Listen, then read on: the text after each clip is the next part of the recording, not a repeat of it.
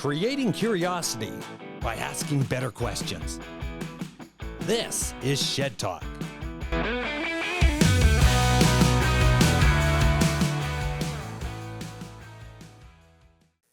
The man that knows the mascot.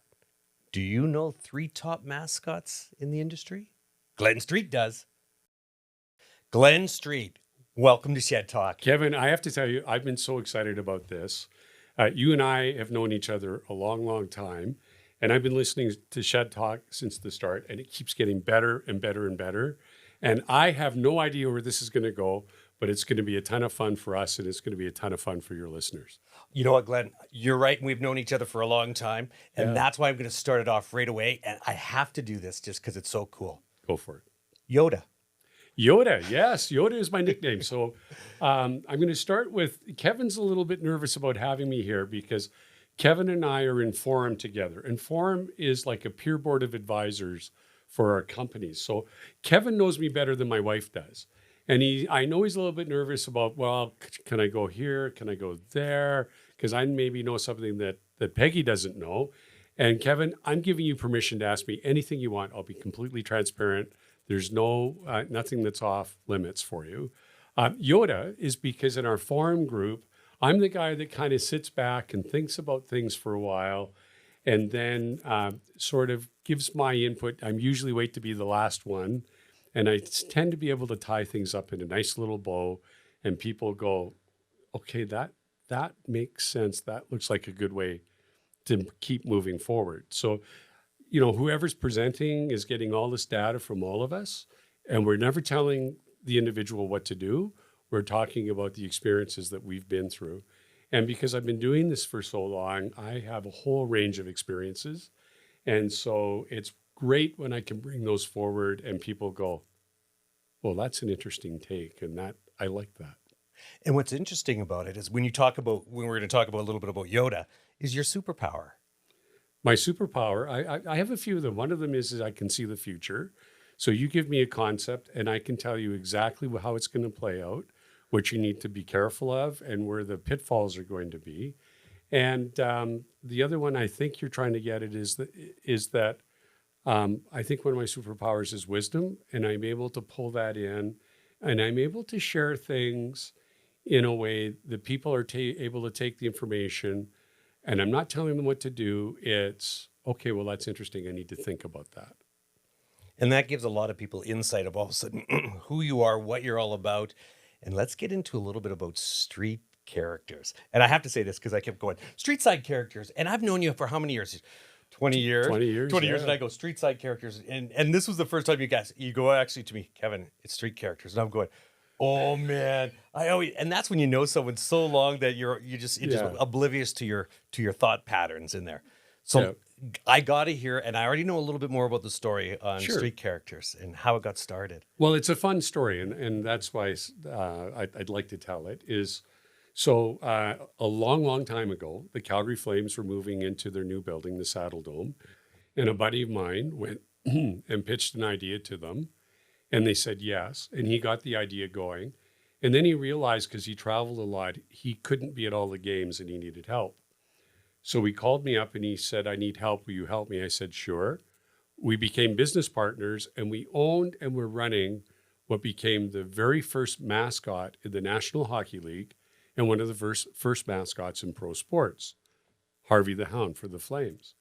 And what happened was teams would come and play the Flames, and a couple of days later, I'd always get a phone call. That's a great idea. Can you build one for us? And the response was always, no, this is for fun. We get to see hockey for free, you know. But the calls kept coming and coming and coming. So 3 years later, we opened up Street Characters. And 2 years after that, I bought him out. And fast forward to today, it's been 37 years now, 37 years in about 2 weeks' time. We've worked with about half the characters in the NFL, NHL, Major League Baseball, a whole ton of colleges in the U.S. because that's a huge market. And the only continent we don't have a client on is Antarctica. So, I'm very proud of the organization we have. We've got 27 team members. 22 of them are right here in Calgary. And we're sending things all over the world. And it's what I tell the politicians is all we really do is import money, because only 5% of what we do is for Calgary customers. The rest of it leaves the city. Oh, interesting. Now, what is the coolest, and it can't be Harvey the Hound, okay, mascot you've done? Well, I've got a couple of really interesting ones. So, our very first U.S. one was the Los Angeles Kings, and now their farm team, the Ontario Reign, used that character, and that's back in the Bruce McNall, Wayne Gretzky days, and we made a snow leopard. After we delivered it to them, I asked them, "Why did you pick us? I mean, you've got Disney, Universal Studios; they're both in your front yard. Why did you go to this little company in Calgary?" We were probably about 4 or 5 employees back then. And they said, "Well, it became very evident to us in talking to you that having a character at a theme park where people come up and shake hands and they can go and take a break whenever they want, and having somebody in costume and running up and down stairs throughout the game were two very different parameters that had to be met. And we just knew that you'd be able to do it for us." Well, what kind of parameters would be met, like endurance wise? Like, not Yeah. endurance wise, but the actual construction of the actual costume. Well, it has to be lightweight, it has to be durable, and those two things can be a contradiction. It has to be easy to maintain. It has to be safe. The performer has to be able to see out of it, move in it, and it has to be mobile. They have to be able to move. And when you're doing a character in a theme park where they're standing in an area and people are coming to them, you don't really need to have all those things. But if you think about Harvey, if you've ever seen Harvey or the Philly Fanatic or any of the big characters that are out there, I mean, they're really active. They're running up and down stairs for up to 3 hours, and they're doing it on their own. They don't have a handler standing beside them saying, "Here's what's going on." So they need to be able to be aware of everything that's around them, and they need to be able to feel secure and move and feel safe in their costume. How great a shape are these guys in? They're in phenomenal shape. We used to lose 8 pounds a game. And And how, 8 pounds a game? 8 pounds a game. You don't have 8 pounds to lose. Well, it was all water, so Yes, yeah. unfortunately. But, basically you take somebody, you dress them in a full fur coat, and you put this bag over their head, so there's not really a lot of ventilation. And then you say, "Go run up and down those stairs for the next, 3 hours." They're going to lose some weight. So they are in good shape. Being in costume, you get acclimatized to it. We tell people when you start, 20 minutes on, 20 minutes off. But Grant, who we started Street Characters with, he did 8 hours, and then he did a 3-hour game, a Flames game, and then he did 9 hours. And those 8 and 9 were a dance-a-thon. And in actual fact, actually did 12 hours. He did a 24-hour dance-a-thon with Flames games squeezed in the middle. And he was able to do it because he'd been doing it a long time, understood his body, and, did things like stayed hydrated, would take, some breaks, drank lots of water when he did. So the more you do it, the more acclimatized you get to it, the more you understand your body, and the longer you can go. But at the start, it's a little bit difficult and awkward. You kind of have to get used to it. So you're going to get a lot of athletes that are going to actually do this. So this could be actually a sport can be set up because you got like Peloton, you've got CrossFit. This could be like a whole workout regime and say, "Here, we're going to put these costumes on you and you're just going to train." It could be. Well, I mean, it'd be probably not too different than wearing a weight vest, right? And because, I've never worn one. I know you do. But it probably gets hot under there and you're sweating a little bit more and things like that. So you could probably just go put on like a wetsuit that you'd swim in and get the same effect as well. So when people are actually buying these costumes, colleges, footballs, how many costumes do they have? Well, most of them will order 1 or 2. We've had some clients that we've made up to 150 copies of the costume. Of the same costume? Of the same costume. And that's for like organizations like Travelodge hotels where we're sending them all over the place. The coolest story is that there's the world's probably largest now baking company, bread company, is called Bimbo. They own Canada Bread and a few other brands here in Canada. During the Beijing Olympics, we sent 8 characters over to China. And I'm pretty sure that those 8 characters on that, in that shipping container on that boat, were the only thing going back to China on that boat, because everything's coming over here, right? And the boats go back empty. So it's kind of fun to know that our work went over there and was part of the Beijing Olympics. So do you think it ever got duplicated? It might have. It's, we looked at maybe doing some of our production over there, but what you gain in production costs, you lose in transportation to bring it over. Right. And the reason we've been successful is that we are high touch, high customization, high quality. So we spend the time with our clients. Some of our clients come and see us so that we can do something really customized for them. And you lose some of that, if we were to move over to China or Asia or something like that. So what do you call standardizing customization? So you're talking about you're going to build this mascot. How do they come up with the idea of a mascot? Like what direction do they go in? Well, we take them through this whole process. So sometimes it's really easy. What's your team name? Well, we're the San Jose Sharks. Well, okay, it's obvious it's going to be a shark, right? Other times it's not so obvious. So then what we do is we go through some things like, what is your city known for?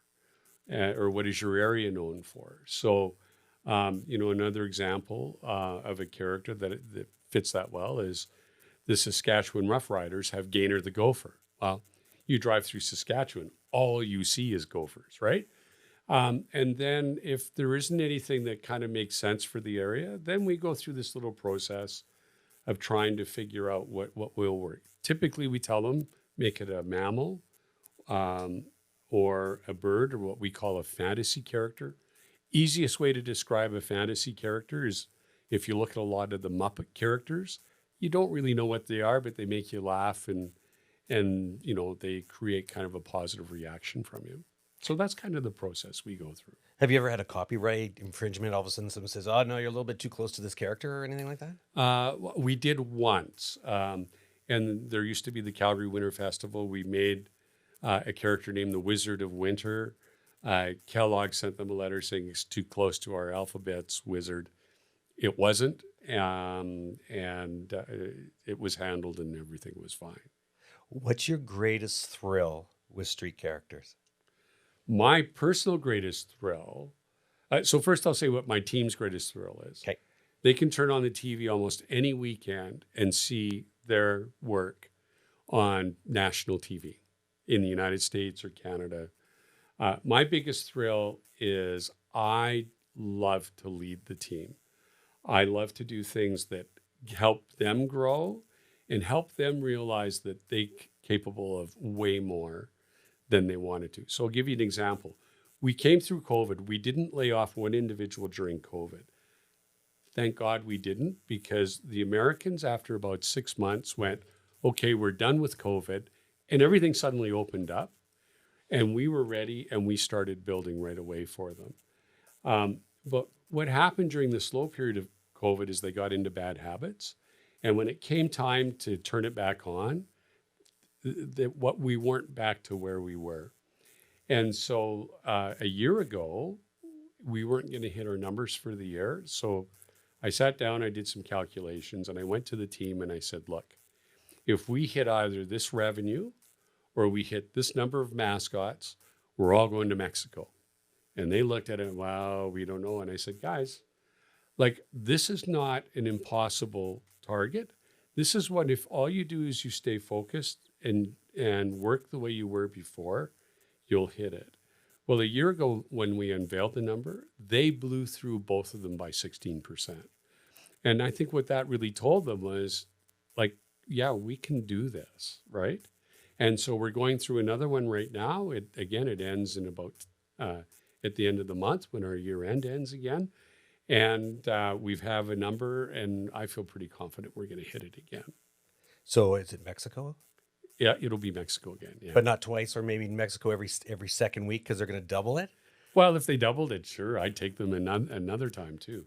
But the cost of that was for the gain that we saw as an organization, the cost of doing that trip was peanuts. I made money on that trip because it created the incentive that they needed to be able to focus and do what they needed to do to get us there.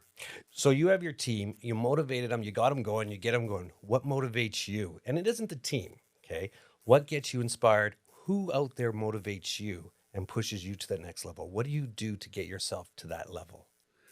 Well, I'm a huge believer in having mentors and peers. And so being in the forum, and you've had some of the forum mates on this, on Shed Talk, I learn a ton from them, and I'm constantly learning. Mentors, I think, are important right now. And I really look for opportunities we're going to learn more. So two people who I've learned a lot from is through EO, you and I are part of EO. Anybody who's out there who qualifies, $1 million US in revenue, find out where your local chapter is and join it. Best thing I ever did. I was lucky enough through some EO connections to spend some time on Necker Island with Richard Branson. And what I learned there is that we don't think nearly big enough. He's thinking on a completely different plane, and he's doing it on a constant basis. So that was pretty cool, spending time with him and just going like, I'm thinking way too small here. And I still think smaller than I should. The other one is a friend of mine named Brittany Turner, who I met on Necker Island. At the age of 21, Brittany was living in her car. She goes to a guy flipping houses and says, you teach me everything you know, and I'll work for you for free. So she started working for him, and this is in Nashville, and it was a Canadian, actually, that she was working for. And Paulie, who was at Necker with us, is a real wheeler dealer. He's on the phone all the time. He's making deals. He's talking to contractors. And he had no time to talk to her. And she quickly realized, if I don't bring value to this guy, he's not going to keep me around. So she started listening to his pain points, finding property, finding contractors to do stuff, maybe sourcing a certain material that was out locally. And she'd go home at night and do all this work. And so she brought him his first property. And yeah, Brittany, that's a great one. Let's go and do it. So they renovate this property. She's still living in her car. When they sell it, he gives her $3,000. She takes $2,000 of that, buys a trip for him and his wife to go on a cruise together, not knowing she's living in her car. Well, Brittany today, that's at the age of 21. Fast forward today, Brittany's in her mid-30s, and she has her own island on the BVIs. I talked earlier about mentors and peers. She tells me you have to have if you want to be a billionaire, you have to surround yourself with billionaires. And where do you find billionaires? Well, they have their own islands in the British Virgin Islands. And so she has her own island there called Ariel Island, and she runs retreats and things like that. I've been there twice with her and Paulie. It's an amazing place. If I can share, she has a podcast called Broke to Woke. It's a fantastic story that especially women should listen to. And the thing about her business is it's all about giving back. And so she rescued 5,000 people roughly from Ukraine, 3,000 of them being orphans. When the earthquakes hit in Turkey, she sent a group over there. And how does she do it? She takes veterans who, once they leave the military, feel lost and have no purpose. She puts them through training and gives them training, and then she sends them all around the world rescuing people. And suddenly they have purpose again, because in the U.S., something like every 82 seconds, a U.S. veteran takes their life because they don't have purpose anymore, and she gives them that purpose. So those are some of the people I've met that have had real impact on me. Is there anybody else besides those two in the local chapter, besides obviously myself? Well, you. No.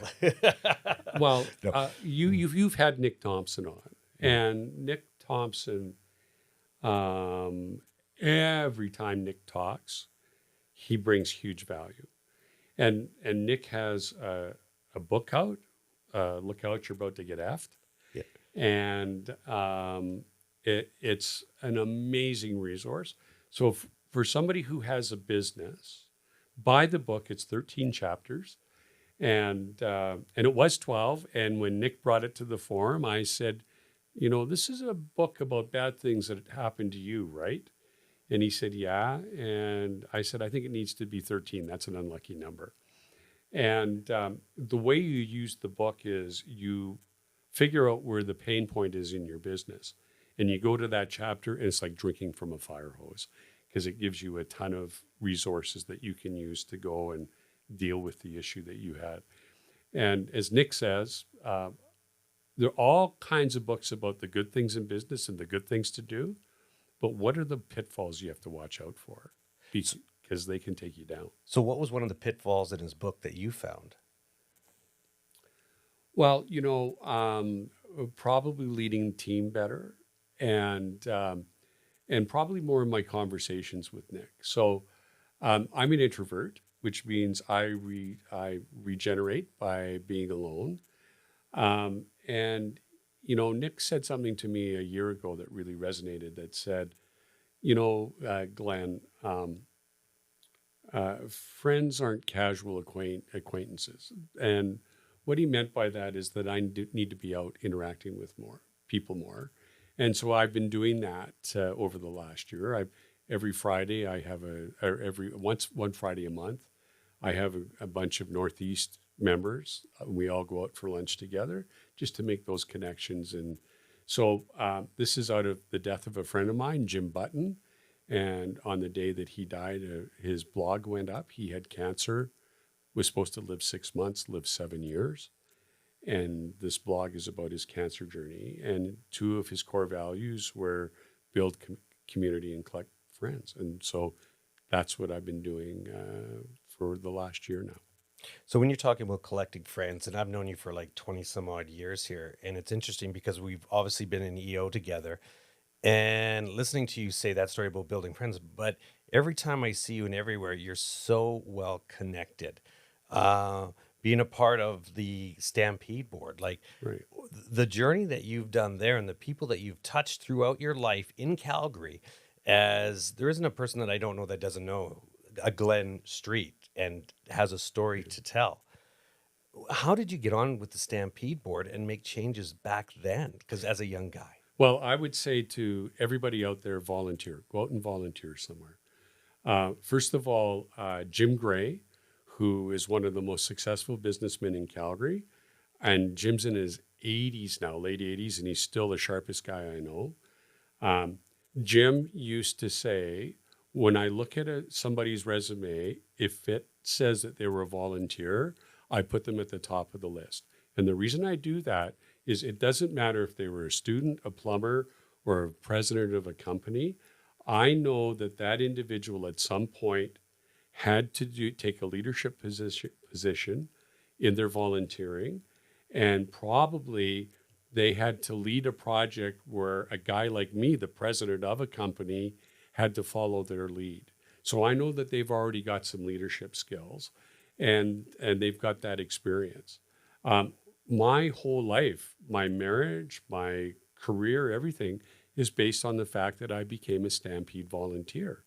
Through that, the Stampede had a mascot. It wasn't very good. It weighed about 80 pounds. Put a guy in the hospital. So they said, we need to get a new character. When that costume showed up, it was like, oh, what do we do now? And I said, I think I can take this on. So I set up the committee and was founding chair. And through that, that's how I met Grant and, got involved with Harvey. My wife was an usher with the Flames. And so I met her because we'd all go out for drinks somewhere after a game. So just by being a volunteer for the Stampede, it changed the whole trajectory of my life. Why did I join the board? Stampede is a very interesting organization. It's extremely well run. And I wanted to see how a big organization, if we were a public company at that time, we would have been the 29th largest public company in Alberta. How a very large organization with very diverse business interests, from a ranch that breeds rodeo stock to a racetrack, to a casino, to a very large food and beverage business, to a festival that happens only 10 days a year and generates 50% of their revenue. Imagine if you ran your company and in 10 days you made half your revenue for the full year. Just imagine the logistics involved in making that happen. And so I wanted to go there and I wanted to learn and see how they did it. So Interesting. So you saw how they did it. You're in it. So did you BHAG your company Street Characters? did I BHAG it? Well, let's before I get into the BHAG, what is BHAG? So go ahead. Big, hairy, audacious goal. And we do have a BHAG, and it's been to have 100% of the sports industry in North America, like of the major leagues, NBA, NHL, Major League Soccer, all of those. Awesome. Now, also too, here's a quick a note for you. As in, how long have you been an EO member? I've been an EO member since 2002. It's actually 2001, but it's recorded as 2002. So that's 22 years. And as I say, best thing I ever did. Although, it's interesting. Our forum group is all longtime members. And it's because we all understand that we get out of it what we've put into it. And I am still getting huge value out of it. Just in our forum meetings and listening to the wisdom of Kevin, because you always have a different perspective, Kevin. But it kind of brings it in, and sometimes it kind of hits us on the side of the head, and we go, oh, yeah, I didn't think of that. That's really interesting. Yeah, and it's interesting. I mean, when we talk about EO and getting hit in the side of the head after 20 some odd years in here, and a lot of people don't realize what you put into something is what you get out of it. So if you're not willing to put the time, the effort in, and it doesn't matter if it's a relationship, it doesn't matter if it's tech, Right. if it's EO, if it's anything, you are not going to be successful unless you go all guns, all a-blazing. And EO is a great organization. Like, I think we're the longest members in EO. I think there's maybe 5 of us there's Nick, you, myself. Well, I had lunch with an EO member this morning, or breakfast, and he said, we were talking about our forum group. And I think we probably have 130 to 150 years of collective member experience in our forum group. And we're still all pushing the envelope, which is really fun. And that is absolutely Yeah. staggering. Well, you know what, Glenn? Thank you very much for joining me on Shed Talk. It's been an honor and a pleasure. And you know what? The things you know that you don't know. Thank you. Thanks, Kevin. This has been fun. It went fast, too. Holy cow. Doesn't take time. Now you know. Shed Talk.